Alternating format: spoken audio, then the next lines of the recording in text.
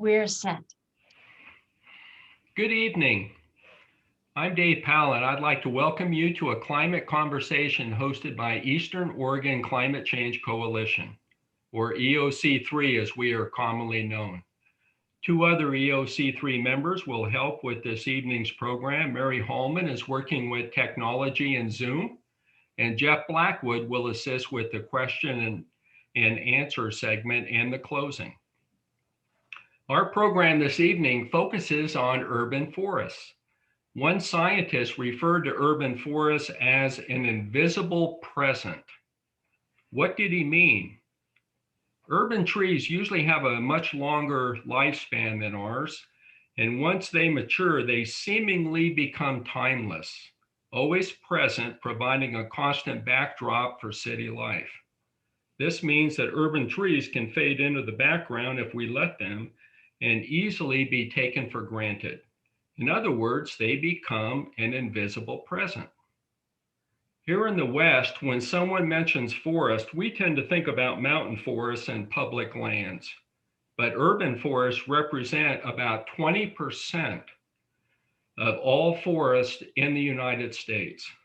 And they play a key role in removing atmospheric carbon and providing other natural climate solutions. Our speaker this evening is Kristin Ramstad. In 1992, Kristin started working with Oregon Department of Forestry as a community assistance forester, helping cities deal with their urban forests. In 2017, she became manager of ODF's Urban and Community Forestry Assistance Program. Kristin holds a BS from Oregon State University and a master's from Yale School of the Environment.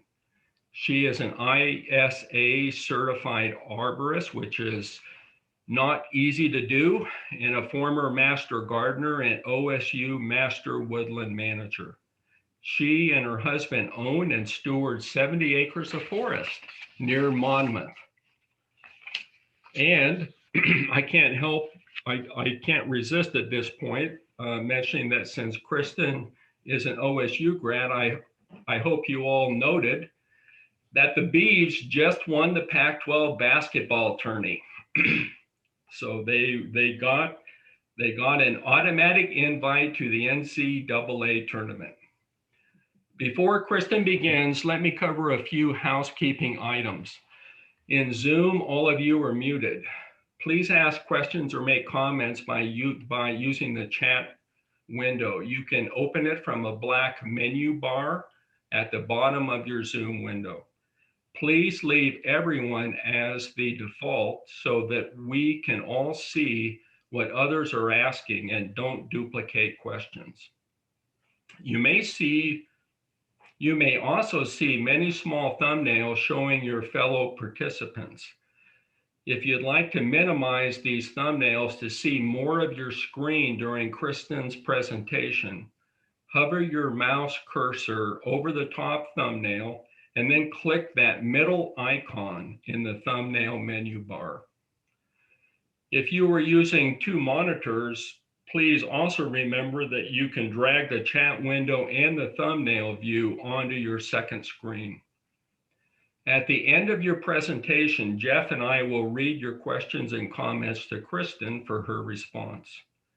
Please enter your questions in the chat window anytime during her presentation, but they will not be answered until the end. ODF's Urban and Community Forestry Program is focused on assisting cities in Oregon. Kristin would like to know if there are any volunteers, staff, or contractors for an Oregon city who have joined us tonight. If this includes you, please type the name of your city in the chat box and let us know if you are a volunteer, staff, or contractor. Thank you. And now it is my great pleasure to welcome Kristin Ramstad. Oh, so thank you, Dave, for that nice introduction. As you can see, I am here in my office here in Salem. I am going to turn off my camera now that you've had a chance to see what I look like. And then I'll start my presentation going forward. So presuming I can do that, let's see how that works. Okay, so with any luck, everybody can still see me. I mean, hear me at least, not see me. And now I'm going to share my screen.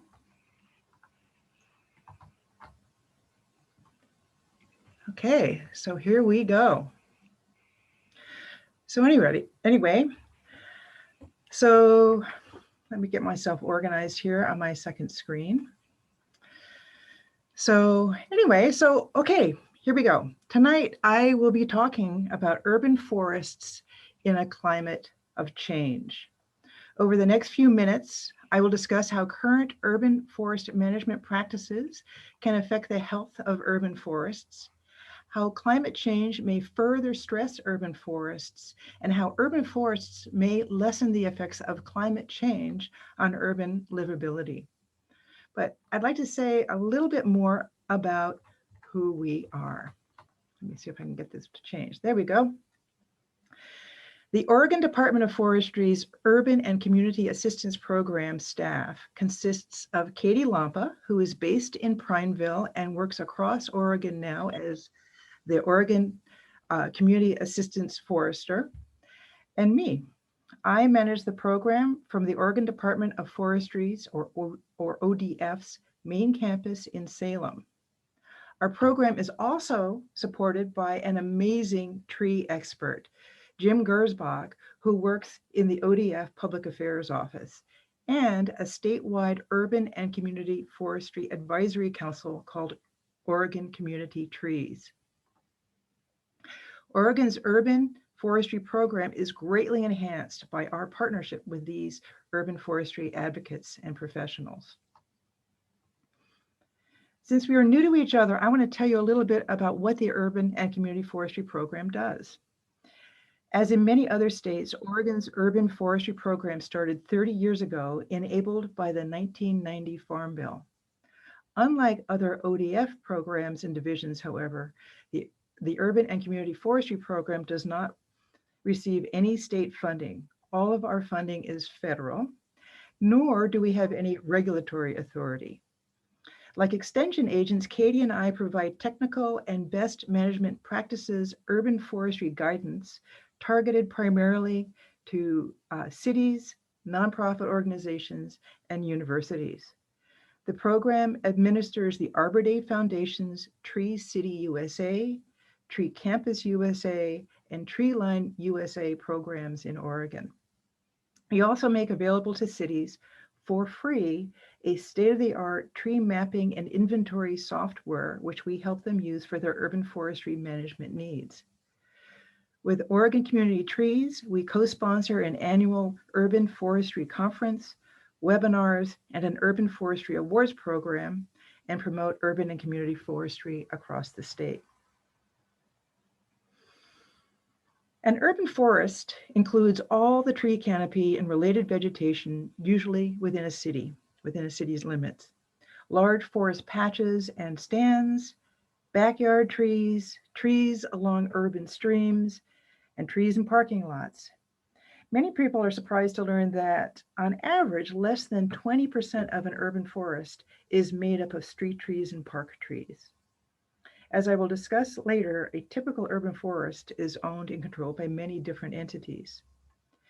Since trees are plants, no discussion of urban forests is complete without mentioning the importance of soil, sun, and water. The long-term health of an urban forest is determined by how well its human caretakers understand the availability of water, access to sun, and the quality and quantity of soil accessible to their city trees. These basic components and how they support each other are not only important for increasing forest canopy, but also for storing carbon and optimizing environmental benefits. You may have noticed that I've said urban and community forests. So what's the difference between an urban forest and a community forest? In a word, for us, it's just about size. Many Oregon cities do not consider themselves urban, and they aren't. More than 3/4 of Oregon cities have populations of fewer than 10,000 people. For us, the term community forests simply refers to the trees in smaller cities. For efficiency, going forward, when I talk about urban forests through the rest of this presentation, I mean both larger urban and smaller community forests. Urban forests change constantly. Active management is essential to address problems arising from past practices, to refine current practices, and to understand the natural processes and the relationships with human activities. A healthy urban forest does not happen by chance. It is the result of proper planning, management, and community investment. I really like this model developed by the Arbor Day Foundation because it shows the 5 basic building blocks of an urban forestry program. Building the team for an urban forestry program involves creating a budget for staff and tree care and hiring professionals who or can be well trained as urban foresters. Measuring trees and forests and determining the makeup of your forest through tree inventories, aerial canopy analyses, and other methodologies is important for ongoing planning and management decisions. Planning the work is based on policies, plans, and sometimes regulations that a city has adopted based on its urban forest assessments.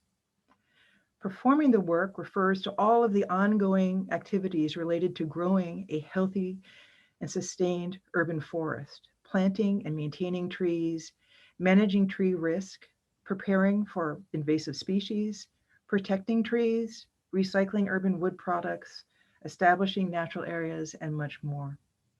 And finally, engaging the community is all about inspiring collaboration, growing the support of city residents, creating effective informational outreach, and involving volunteers to help with the ongoing care of their city trees. Now, before I launch into my discussion about urban forests and climate change, I would like to offer a question for you guys to all consider. Over President's Day weekend this past month in February, the North Willamette Valley experienced the worst ice storm in several decades. Several urban forests, from Salem to Portland and everything in between, really suffered. There were tree failures, snapped branches everywhere, and power outages, all over the place. We are still cleaning up, and it will be that way for the next several weeks. So anyway, here's my question. How much of this ice storm and its aftermath can be attributed to climate change, and how much may be explained by how urban forests are managed? I will share my thoughts at the end of this presentation. At the risk of stating the obvious, city trees are often found in some of the most disturbed, non-native landscapes imaginable. We in the profession often say, no tree is native to a 4x4 cutout. Long before everyone's focus turned to adapting to and mitigating the effects of climate change, our urban trees were trying to survive in locations with poor soil, minimal rooting space, and competition for canopy space with overhead power lines. Land development pressure continues to grow in Oregon, which means continued landscape upheaval and ongoing challenges for urban trees, regardless of our changing climate. In some situations, it's amazing how well some trees can survive. Fortunately, many urban forestry practitioners now understand how best management tree care practices can optimize the lives of trees in cities. These are practices that will not only help trees survive the impacts of climate change, but which will also contribute to making cities more livable for urban residents. So let's talk about climate change in cities. In most cities in Oregon, our native trees do not do well as street trees. But many urban trees not native to Oregon are successful in cities because of attributes they developed in their native environments. For example, one of the reasons red maples have been so widely planted as street trees, at least in Western Oregon, is because in their native environment, they can live in low oxygen, wet soils. This translates to being able to tolerate low oxygen in compacted urban soils. But climate change is and will continue to put additional stressors on urban trees and in cities. Cities will need to adopt new strategies for keeping their urban forests healthy because healthy trees will continue to ensure that communities remain livable. Here is a brief list of just some of the expected effects of climate change in cities. So more summer heat, leading to increased air pollution and a longer, more intense allergy season. Also, more summer heat contributes to lower stream flows, poor water quality, and unshaded streams in urban areas reach such high temperatures as to kill native salmonids. Wildfire throughout the West will become more intense and frequent. Not only are wildfires intensely destructive of forest stands, rural property, and sometimes lives, urban residents must also deal with the health effects of terrible air quality. Soil moisture will be reduced and groundwater supplies will be drawn upon. The whole issue of water in cities, what it can be used for, how much it will cost, who gets access to it, will be likely a cause of conflict in some areas. From an urban forestry standpoint, water is essential for establishing new trees and keeping older trees alive during hot and droughty times. In other cities across the US and in Oregon, climate extremes may cause flooding, hurricanes, and more extreme ice and snow events. The extreme nature and variety of projected weather events are what makes them so hard to plan for. Preparing for this presentation, I read through much of the future climate change predictions for Umatilla County report prepared by the Oregon Climate Change Research Institute in October 2020. I presume many of you are familiar with this report. For those who aren't, the report states that, quote, climate change is expected to increase the occurrence, magnitude, or frequency of most climate-related natural hazards, such as heat waves, drought, wildfire, poor air quality, heavy rains, and flooding, end quote. By the 2050s in Umatilla County, there may be as many as 29 more days above 90 degrees Fahrenheit relative to the reference years of before 2000. The number of days associated with high wildfire danger will increase by 40%, and the number of days that will have high levels of smoke particulates will increase by 141%. I won't go into all the details of the report here, but suffice it to say that when it comes to city trees in Umatilla County, there's a lot to prepare for. Urban forests can play a part in reducing some of these anticipated climate effects. Drought-tolerant trees with generous leaf areas can both help to intercept and absorb particulates and pollution.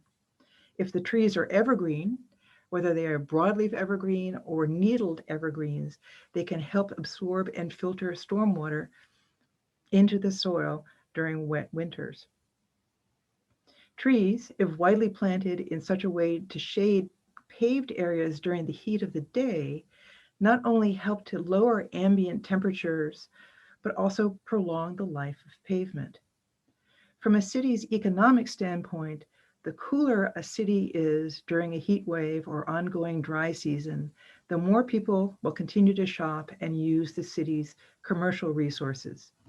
Even 25 years ago, research by Dr. Kathleen Wolf at the University of Washington showed that people were inclined to linger longer and pay more in downtown shopping areas with healthy tree canopies as compared to those that didn't have those healthy tree canopies. In less canopied areas of town, where there is often less air conditioning, increasing tree shade can help escape escape direct heat and sun, resulting in fewer heat-related health problems. Studies show that trees can provide localized cooling of up to 2.8 degrees centigrade because of increased shade and evapotranspiration from tree canopies.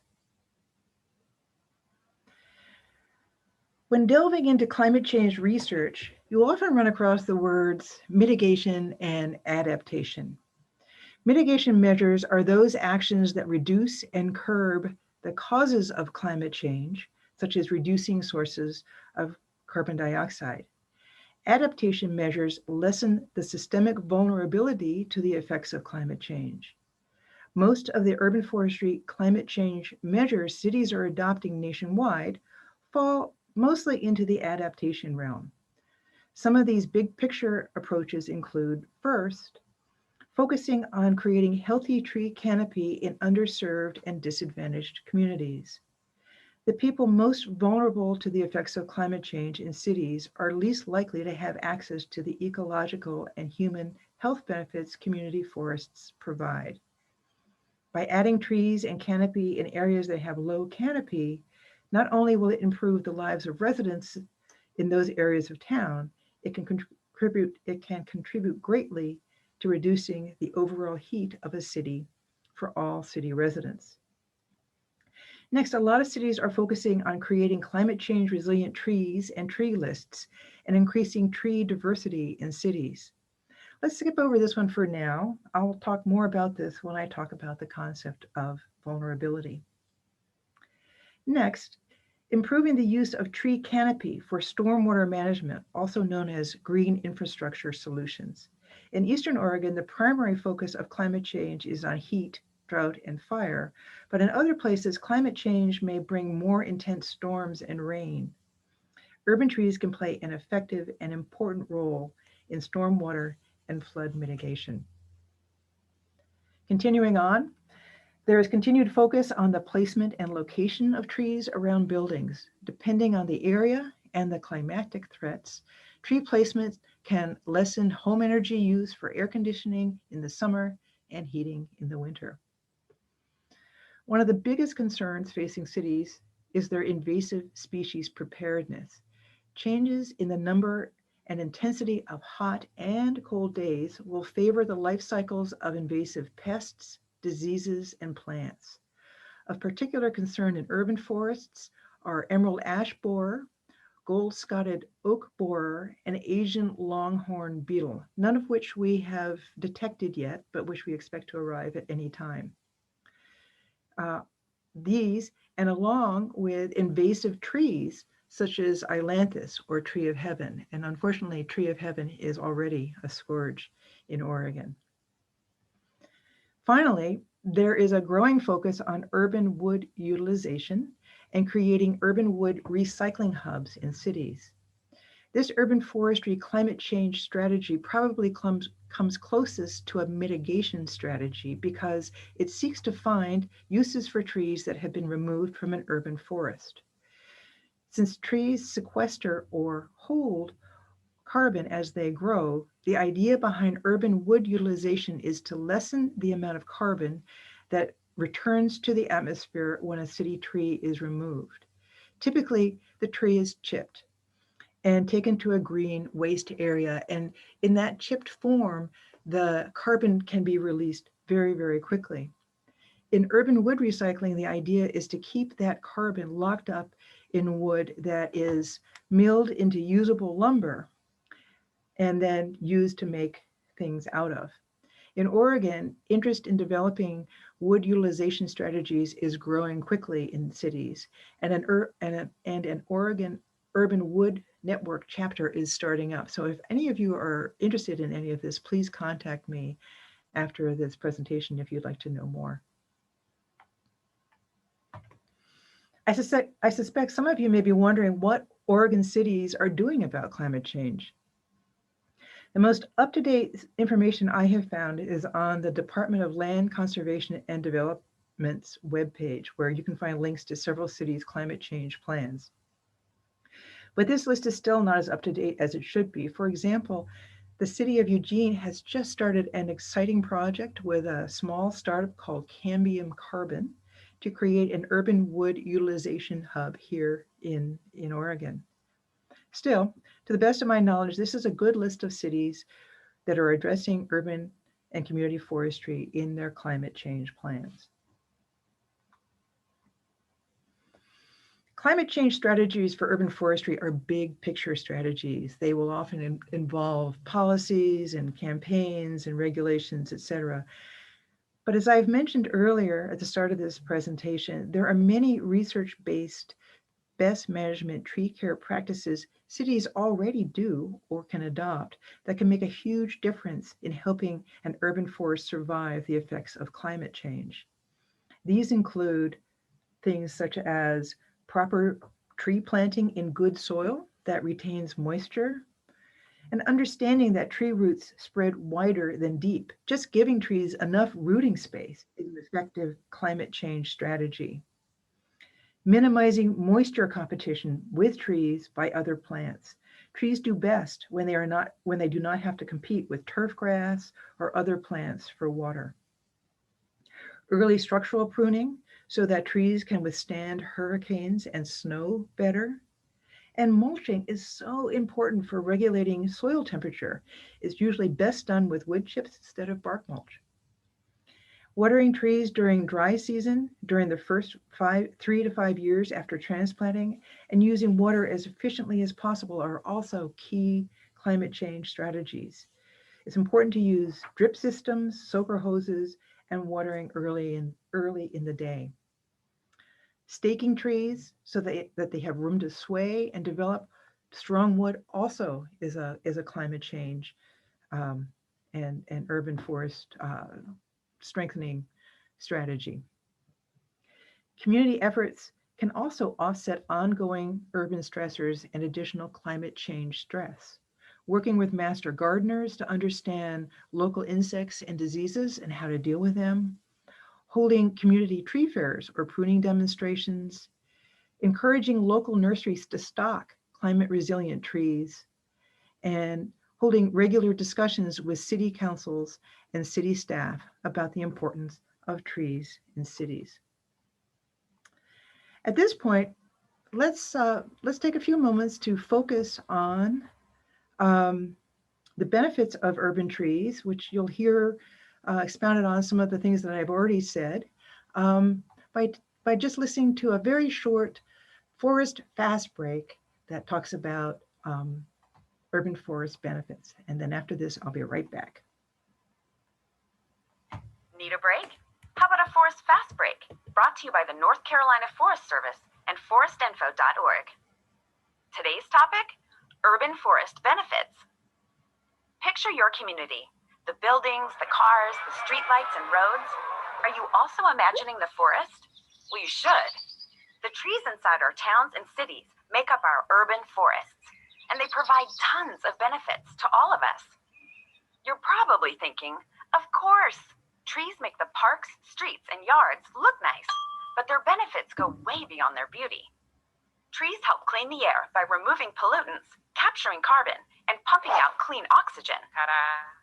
Trees provide shade during sunny weather to help reduce the cooling costs of our homes and offices. Trees help control stormwater runoff, which protects water quality and reduces the need for water treatment. And trees provide wildlife habitat and food for animals and people alike. Yum! Even after a tree dies and is removed, its wood can be used for all kinds of things, from benches to bookcases to fuel wood. In many ways, our urban forests help reduce stress and make our communities a healthier place for everyone to live. And that's the story on urban forest benefits. Check out more forest fast breaks at forestinfo.org. Okay, I'm back. Well, an urban forest is defined by where it is, i.e., all the trees in a city. It is important to understand that a typical urban forest has many owners, all of whom have different understanding and resources with which to manage their trees. This is why community engagement is so important and why cities must lead by example. To make changes throughout an urban forest and to encourage buy-in to new strategies and possibly new regulations, the people who own and control the fate of a city's trees need to be part of this conversation. Just as important to understanding which entities have direct power over trees in an urban forest is recognizing who doesn't own or typically have much power in an urban forest and addressing what this means. People who rent their homes, who live in multifamily residential housing, or residential care facilities, or who do not have housing at all, typically do not own the urban forest, but they may need its benefits more than anyone. Poor, more industrial parts of towns have fewer trees, and as more and more research suggests, lower tree canopy correlates with negative health outcomes, such as high incidences of asthma and cardiovascular diseases. A lot of urban forestry conversation these days are around social equity in urban forests. The effects of past laws and practices, such as redlining, that relegated people of color to less desirable parts of cities, can still be seen today. However, too often, cities and groups with the best of intentions have tended to swoop into these underserved communities to plant trees without even discussing their plans with the local residents. Although people may not own the land they live on, they still need to be able to define their own needs and goals. Now, I'm the first person that would like to see a healthy tree canopy in these areas, as I have said throughout this presentation so far. But the residents may need things like better streetlights or to have the city fix their roads and sewer pipes before they even consider trees. They may be also concerned about the cost of water required to establish new trees or the amount of work the trees will demand of them. They may also be concerned if their neighborhood becomes leafier and cooler that they will be forced to move because of green gentrification, where people with money move into the hood and increase the taxable value of real estate. So as cities come together to plan for climate change, they need to identify, invite, and ensure that these voices are heard and listened to with an ear towards diversity, equity, and inclusion, and an awareness that ownership and control are not the only factors in determining the fate of a community's trees. Okay, so we've talked about how climate change may affect city livability and how urban forests can help, and about all the voices and stakeholders that need to be included in urban forestry climate change conversations. Some cities may be able and willing to have a separate, larger ad hoc committee convene to produce an overarching citywide climate change plan. Lacking this option, cities that have city recognized tree committees can work with their tree committees to do an urban forestry specific climate change plan. As you know, it's important to have diversity on your task force or tree board, as I've just talked about. Cultural, racial, professional, gender, and diversity on boards, and the ability of your team to truly build bridges into targeted communities is essential. Diversity also increases your team's scope of authority and its potential access to resources. Among the things a tree board can do to start developing an urban forestry climate change plan is to embark on a couple of basic analyses, which will lead to a climate resilient tree list and a better understanding of the strengths and weaknesses of their urban forest. Analyzing the vulnerability of a tree species or an urban forest is a way of anticipating how something will succeed or fail depending on its adaptive capacity and the impact intensity of, in this case, climate change factors. A tree with high adaptive capacity is one that can withstand a lot of change, can cope with pollution, can do well in a large variety of soils, is not particularly bothered by major pests or diseases, and maybe it naturally develops good branch structure, and perhaps it can tolerate occasional drought or flooding. A tree with low adaptive capacity is just the opposite, and in comparison to the highly adaptive tree seems almost picky. Trees with high adaptive capacity, and here I will suggest that a Kentucky coffee tree is a good example of this. This tree will have low vulnerability to death or decline in low impact climate change situations, say where there is still minimal temperature rise and fewer extreme events. A tree like this will have medium vulnerability in high impact climate situations, since even the stoutest trees can succumb to drought and ice storms. Trees with low or no adaptive capacity, and here I suggest that a birch or a weeping birch might meet this criteria. Um, these are trees that cannot withstand drought or temporary soil saturation. These start with medium vulnerability in low climate impact situations and simply won't make it at all when the climate change situation becomes dire. At this point, some of you may be wondering what the difference is between my recommendation of choosing highly adaptive urban trees and the practice of assisted migration.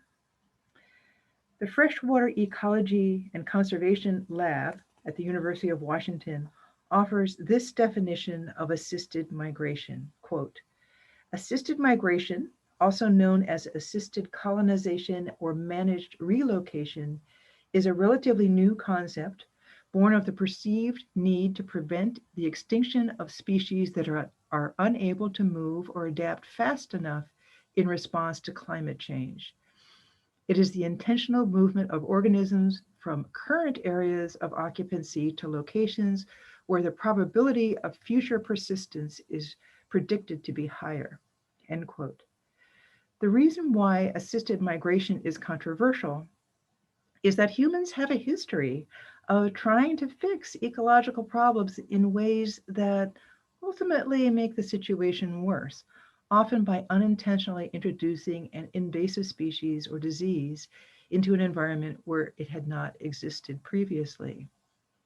Here are a few more key differences between assisted migration and choosing adapted trees. First, migration tends to focus on establishing self-renewing viable populations of plants and animals that can breed and establish sometimes over millions of acres. The reason to find and try highly adaptive trees in cities is to improve the long-term sustainability of an urban forest as the climate change factors intensify. The concern around introducing invasive species of trees in cities is also different and a bit more nuanced than I really have time to explain here. But for the most part, many of the adaptable city trees are asexually reproduced, and especially with recent introductions, tend not to reproduce and naturalize in the wild. That said, there are still concerns about urban trees naturalizing, and there is certainly a history of trees doing so in the past. And in some cases, there's a concern of these trees producing copious amounts of pollen. But for a number of reasons, I think these concerns are somewhat overblown. Also, in urban forests, the goal is to diversify as much as possible. Nowadays, urban forestry research advises us to strive for having an urban forest comprised of no more than 5% of any one genus. This is very different from the 10 to 15% that used to be suggested. And this is primarily because insects and diseases do not differentiate between species of a given genus, but do differentiate between genera. In urban forestry, the goal is in expanding tree canopy, but in so doing to avoid letting a few species or genera dominate. In assisted migration, there are details around moving seed versus seedlings and the provenance of the initial tree populations that also need to be considered and which are more than I really can go into right here. Earlier, we talked about trees' vulnerability to climate change. We can also apply this way of thinking to understanding an urban forest's vulnerability to stressors. Remember, adaptive capacity is a way of understanding the strengths and weaknesses of a system. The strengths and weaknesses or adaptive capacity of an urban forests are found in its biological realm, to be sure, but also, and just as important, in its human, economic, social, and organizational realms. Adaptive factors in an urban forest might include the amount of genetic and age diversity your city forest has. If it has low diversity, that is a weakness. If it has high diversity, that is a strength. Economic adaptive factors might include funding levels for urban tree care. Cities with fewer financial resources may be limited in their adaptive capacity to respond to climate change. Organizational or technical adaptive factors include trained staff, flexible policies or lack thereof. A city may or may not have a large tree care budget, but it may have other strengths such as good policies, an up-to-date tree inventory, a supportive population, or maybe practicing good tree care. Oops, I want to go back if I can. Social adaptive factors reflect community support for planting and caring for trees. If the city residents don't support urban forestry efforts in a city, that can be a real weakness. By comparison, being a Tree City USA with a city recognized tree committee is a strong adaptive factor. So now let's look at the things that impact or add stress to urban forests, both currently and due to the projected impacts of climate change. Physical impacts or stresses, often which cannot be changed, might include having an urban forest in a potential flood zone or it being located in areas where there are occasional hurricanes. Currently, these stressors may be manageable because such extreme events don't happen very often, but may be problematic if their frequency increases due to climate change. Human management of urban forestry can also impact and stress urban forests. These stressors may include past poor pruning practices, such as topping, how much impervious surface or non-paved surface there is throughout the forest, grading changes around trees, planting trees in minimal rooting spaces, etc. Biological stressors may include the presence or absence of invasive species, the prevalence of soil-borne diseases, and might even include having a large proportion of your urban forest comprised of very large, brittle, breakable trees. Hang on. So analyzing an urban forest takes many human, biological, social, and economic factors into consideration. Some city forests may be fairly resilient because they have been using lots of best management practices, and they have lots of community pride and support for their trees. Other forests may be less resilient in general, especially to climate change, because the city has never really thought about or invested in their trees, but it's never too late or too soon to start. As you can see, just like individual trees, the cities with the lowest adaptive capacities are likely to be the most vulnerable to high impact climate change. After working through these analyses, another step a city tree board or task force can take is to list the climate change projections for its area and to think out the effect these changes will have on urban trees and city residents. From these, a community messaging campaign can be planned, representatives from different groups can be sought out for their perspectives and ideas, and a proactive urban forest tree care approach can be established.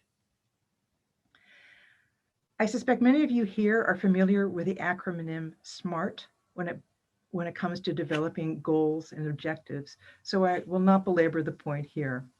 Just as a reminder, goals are the broad outcomes of the changes you seek, whereas objectives are more specific actions and together build towards the completion of the goals you have specified. Some overarching goals a climate change group might identify would include increasing tree genera diversity, increasing average street tree rooting area, increasing canopy cover, reducing invasive species, things like that. The group's actions and objectives should be specific and clearly described.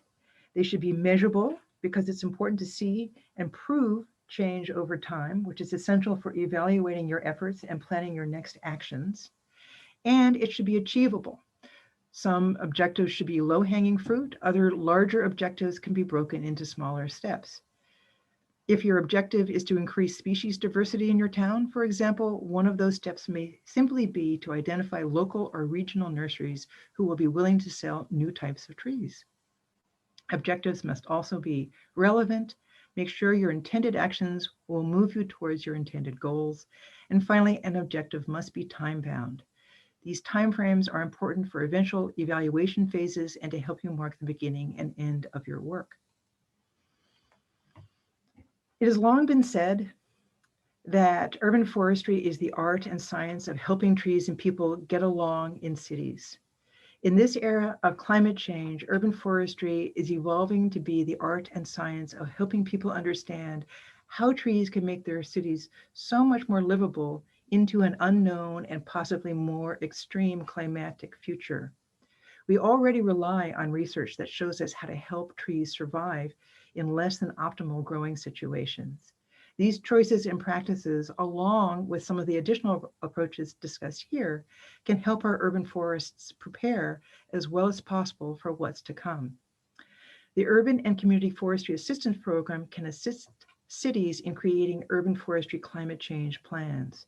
Some of the ways that we can help include helping cities develop climate change resilient tree lists, providing guidance to tree boards in planning processes, encouraging the engagement with the Tree City USA program and its associated Growth Award program, helping cities create and implement invasive species and natural disaster preparedness plans, providing access to and training on our tree inventory and mapping platform, looking over proposed ordinances and providing practical, but not legal, feedback, and assisting cities in accessing resource links, experts, research, etc. Maybe soon we'll be working with some of you. I've really enjoyed talking about this with you all today. Thank you, Dave, Mary, and Jeff for inviting us and making it all run so smoothly. At the start of this talk, I asked you to consider the climate change and urban forestry implications of the recent ice storm in the Willamette Valley. Here's how I think about it right now. The ice storm itself, especially if it turns out to be the first of several more frequent and intense ice storms in the next several decades, may be indicative of region-wide climate change patterns. The damage many cities experienced, however, may be indicative of past urban forest management choices, as well as the intensity, of course, of the situation. But these choices of which trees to plant near power lines, or a history of irrigation near Oregon white oaks, and overplanting of certain species of trees, these are urban forestry management choices. Urban forests, in other words, simply exist in a climate of change. So without further ado, Katie and I are happy to answer any questions you may have. And if you think of questions after this presentation, email is the best way to contact us in the future. So at this point, I'll stop sharing and then we can all look at each other. And I will turn on my video. Okay.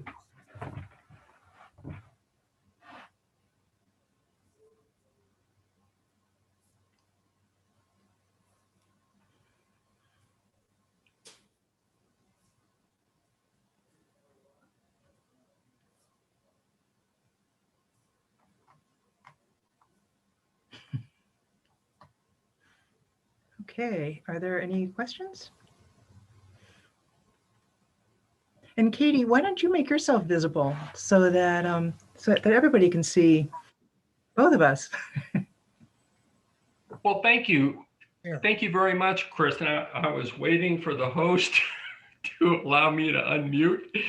Thank you, Mary. So that's great. So I apologize for that little pause, and thank you for a great program. And I'm glad that Katie has joined us and that we can now see her. And as you mentioned, this is a time when when Jeff and I would like to run a few questions by you. Okay. So that sounds good. We do have a few questions and a few comments. And once again, thank you for an excellent program. It was super, and it really got us thinking, and there were quite a few questions and comments in response to some of the topics that you mentioned. Okay. So Jeff, would you like to start with the first question? You bet. You bet. Are there any estimates yet of how much urban forest in Western Oregon was affected by the September wildfires? Oh, um, well, from what I've heard, they're estimating about 1 million acres burned, and I think the going number that we're always quoting is that Oregon has about 30 million acres of timberland, and about 1 million of that burned in September. Okay. And do you have any idea, Kristin, about how much of that was urban forest? Oh, the urban forests that burned were primarily in southern Oregon, and that was due to a fire that started on the outskirts of Ashland and then burned through Talent and Phoenix primarily. There were some, I'm not exactly sure how much damage the communities in all the communities in the Santiam Canyon or in the McKenzie area, but it was very significant. Thank you. Thank you. The next question involves, I'm not sure how many juniper trees we have as an urban species, but I'm sure there's more than one or some close relatives to the juniper trees. And we have a question about wood utilization strategies for juniper trees, especially here on the dry side, many of which would be considered invasive. So that might be a little bit stretching the urban forestry aspects, but do you have any thought about that? I am not as familiar with juniper as Katie is. I don't have a great answer to that. I know that juniper is encroaching in areas in central and eastern Oregon. I don't think it's considered invasive, strictly speaking, because it is a native tree to Oregon, but it certainly is taking over lands, and it's a challenge to manage. So, Katie, do you have any thoughts about juniper? So when it comes to Western juniper, you have to appreciate, okay, so remember now, my office is in Prineville. So when I first came here 20 some odd years ago and was doing a pruning class in John Day, I can remember getting done and someone raised their hand and I said, yes. And he goes, what do you think of juniper? And he just leaned back. And I knew right then and there that I needed to be walk gently when it comes to juniper. I will tell you, my answer to juniper is the same as it was 20 some odd years ago. Every tree has its place. And every tree can do good in the right place. Regarding utilization, I know that the Oregon State University has been doing some work on that. And I understand there is a Western juniper utilization group in Eastern Oregon that is working on some things. And it has come up in conversations off and on in Oregon Department of Forestry's private forestry division. So I know people who are actually utilizing it for art pieces and also for home objects, but they're trying more and more to make it so that juniper will becomes an important species in wood utilization. It's just a long haul because it's not a tree that necessarily is easily milled. They're all unique. If you even just go out into your own, well, I have 10 acres of juniper, and you can see how unique they are just by each individual. But when you actually start to mill them, they can it can be kind of tricky.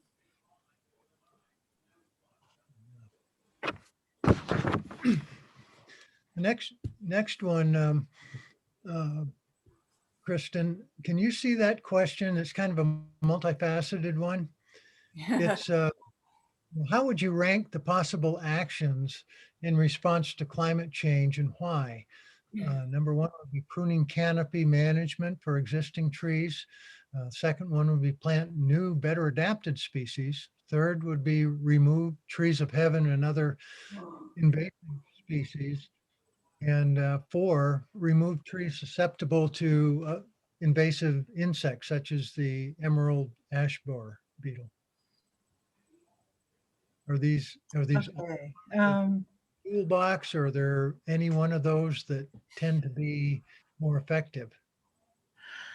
Well, let's see. Some of it depends on the resources that you have available to initiate some of these actions. So let's see. So, golly, the first thing I would say is that removing Atlantis is probably the most difficult thing to do, especially if you intend to do it without using herbicides. That said, it is probably one of the more important things that you can do because Atlantis causes problems, not just because of its invasivity, but because of some of the insects it hosts that can also damage your urban trees. Removing trees susceptible to EAB, there are ways of managing invasive insects that don't necessarily require removal, but they might involve using systemic herbicides to make sure that the emerald ash borer cannot live inside of a tree. So in an urban forest that has lots of beautiful mature ash trees, that might be the way to go. If they have a bunch of newly planted ash trees, which they may have planted by mistake, now would be a time to take them out because they're easy to remove. So it really depends on that type of statistic. Then in terms of pruning canopy and canopy management of existing trees and planting new and better adapted species, again, I think that depends on ideally what an urban forest inventory tells you. You may want to start to increase the age diversity by planting new trees and better adapted trees. At the same time, if you have just been through an ice storm or some other catastrophic event, you may have the vehicles and the practitioners out there working on your trees anyway. So that would be the time to also start cleaning up your tree canopy as well. Does that answer your question? And Katie, do you have anything to add? I would just add to that when we are looking at climate change, one of our top goals in an urban forest would be to increase tree canopy.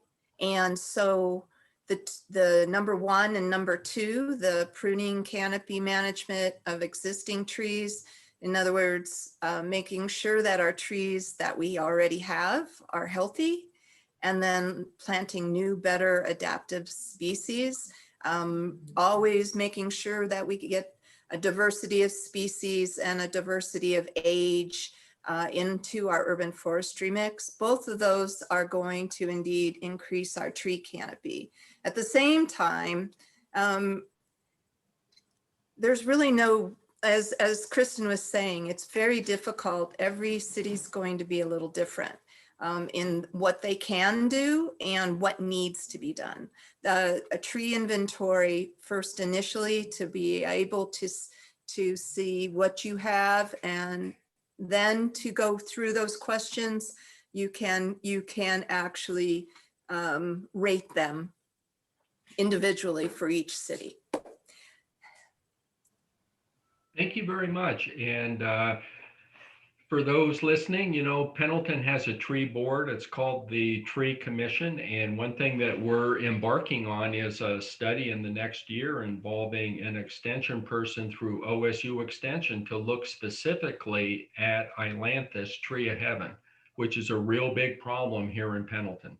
So we're going to look at hack and squirt and several different options for dealing with that species. And as Kristin has mentioned several times, it can be very difficult to get rid of. So we're going to be looking at some options, and a lot of our residents, including one city councilman, has very high interest in what we can do specifically to address tree of heaven, which is a real big problem here in Pendleton. So that'll be interesting to watch. So the next question is involving utilities and whether we should think about adapting tree trimming strategies for healthy trees. So if you were going to think about how we typically, and you talked about this, of course, and showed some examples in your program, if we think about how the utilities typically trim trees, is there any differences or modifications or adaptations that you can think of in a climate change context for how we would do that work? Well, first of all, I can tell you that every utility would love it if cities planted low stature trees near and under their power lines. Right. So in the very beginning, from a climate change standpoint, in anticipation of intense weather, ideally the strategy would be to focus on planting lower stature trees, and places like J. Frank Schmidt and various utility companies actually have tree lists that they share to encourage that practice. In terms of pruning trees, that's always problematic. And believe me, most utility folks don't like to prune trees the way that they have to prune them to get the clearance around the lines that they have to prune. But I guess, you know, sometimes what utilities will do, if there is a tree that is threatening power lines or looks like it might fail on the power lines, and they just go back every year and have to prune it and it's looking worse and worse, sometimes utilities will create a tree rebate program where they actually will work with adjacent property owners or cities to remove trees, grind out the stumps, and then they'll give the adjacent property owners or the cities little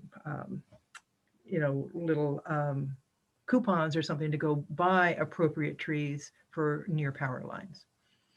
Does that answer your question? Yes. So Jeff, should we go with maybe one more question and then close, since I see that it's a little bit past 8? Yeah, let's do that. And I'd kind of like to go to the last one. What are some good, highly adaptive trees for Eastern Oregon? So Katie, do you have some thoughts on that? I'm trying to think of the names I was going to say when I saw that. Oh,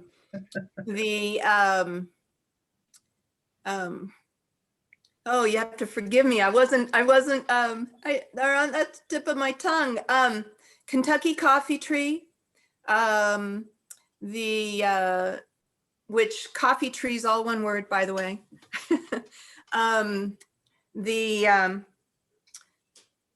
Is it purple robe? The black locust purple robe, is that right? Yeah. So this is it is a black locust tree, but it is one that's more, Dave, you're smiling. There are this particular cultivated variety is not like the kind that the native black locust that you are familiar with, everybody. What was the one that you just had? Was it the Kentucky coffee tree, Kristin, in your slide? Yes. Okay. The other one is the hackberry. The hackberry tree, yes, the hackberry tree. No, is that right? Yeah, that's right. Okay, thank you. Sorry. Yes, that's another really nice large tree that does well in Eastern Oregon. So the other thing I want to mention too, whether you're in Eastern Oregon or Southern Oregon or someplace that has a dry and difficult adaptive climate, something to remember is that you can microsite trees around your structures and your property. If you're providing irrigation, you have a whole bunch of options that you wouldn't necessarily have if over time you have to not irrigate trees. So, and if you site a tree so that it receives morning sun, but not afternoon sun, that also increases some of your options. So it kind of depends on the situation that we're looking at and talking about when it comes to choosing trees. Another place to get trees that'll do well is a lot of the Tree City USA cities in Eastern Oregon will have street tree lists. Then they have done some work. They've done a lot of work on making sure those trees will do well in your environment, in your climate. And I think just as important is understanding the trees that won't do well, especially with a changing climate. This is true. Well, Kristin and Katie, we just want to thank you again for a great program, and we'll send some follow-up references after tonight's program. But before we close for the night, let me share a few announcements that we have. Tonight's program was scheduled for March, so it would be before Arbor Day, a time to celebrate urban trees and all that they mean to us. Pendleton's Arbor Day tree giveaway, which is a long-standing program here, is scheduled for Saturday, April 17th. This year, we're partnering with the Shure Group, who is doing their spring cleanup of the Umatilla River on the 17th. The city of Pendleton will be giving away about 400 trees and large shrubs during the Arbor Day event. So that's one thing. Another thing is our program for next month features Susan Charnley, a research social scientist with USDA Forest Service. Many ranchers in Eastern Oregon and the West have a love-hate relationship with the beaver, also known as nature's engineer. Susan has been working with ranchers in Eastern Oregon who are restoring beavers in their dams or installing beaver dam analogs as one way to re-wet floodplains, raise groundwater levels, and reclaim wetlands. In my view, her work is an interesting approach to climate change mitigation. So next month's program is going to be about beavers, and hopefully we can celebrate some beaver wins at the NCAA as well. And the third thing is February's climate conversation program featured a sage grouse presentation by Dallas Hall DeFries. During her program, she mentioned that she was a little uncomfortable sitting for long periods because she was 8 months pregnant. Well, we're pleased to let you know that Dallas and her husband, Riley, recently welcomed their first child, Roby Dean Hall, 7-pound, 14-ounce boy. They're doing well, and they're so happy with this joyous event. One other big thank you to Kristin, to Katie, to Dave, to Mary Hallman, and thanks to all of our participants for sharing this evening together. We hope to see you again next month. Please stay safe and good night.